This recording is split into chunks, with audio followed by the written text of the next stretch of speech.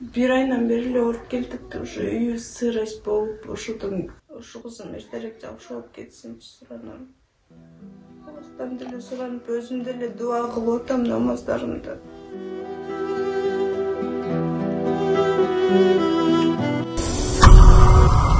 Assalamu alaikum. Биздин фонд дагы да болсо өз ишин улантууда. Алла Таала көрмөт Куранда кимде ким бир жакшылык кылган болсо, ага 10 эселеп кайтып келет дейт.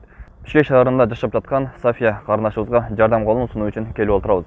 Бизге кайрылуу таштаганда бул дүйнөгө келгенине эми гана 4 ай болгон кичинекей карындашыбызга врачтар тарабынан порок сердца диагнозу коюлган. Карындашыбызды дарылатууда, анын дары-дармегин алууда ата-энеси кыйналгандыктан бизге кайрылуу таштаган.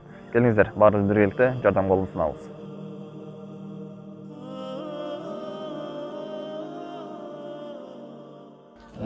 Азыркы мында ошол мынакей биз айтып жаткан кичинекей карындашыбыз Сафия эми гана төрөлгөнүнө 4 ай болду. Ошол врачтар тарабынан жогоруда айтылгандай диагноз коюлуп, порок сердца, анан ошондой эле деп диагноз коюлган. Көп дары-дармек алгандыктан ошол печень чоңойт, ошол азыркы маалда мынакей баардык диагноздор, анализдер,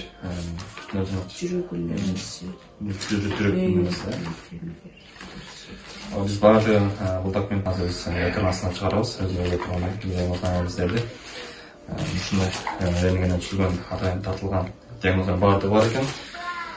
Намаздар урматтуу кайрымдуу кыргыз эли. Сиздерден жардам сурайм. Ушу 4 айлык кызыма дары-дармек, ушу ингалятор аппаратын алып беришиңиздерди суранам. Bir aydan beri ооруп келдик. Уже үйү сырость болуп, ушудан күчүп атты жөтөлү. Ушу кызым жакшылап кетишин каалайм мен деле. Жүрөгүндө да порогу бар экен, анда недавно эле билдик. Дарылары кымбат экен, өзүбүз алалы десек.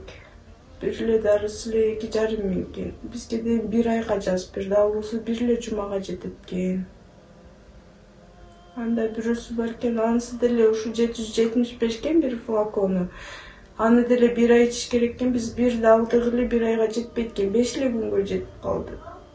Ошентип эмебиз лечениябыз толук болбой калды.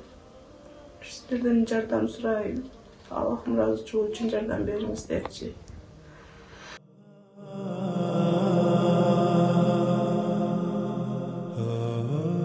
Ушу кызым эртерээк жакшылап кетсин.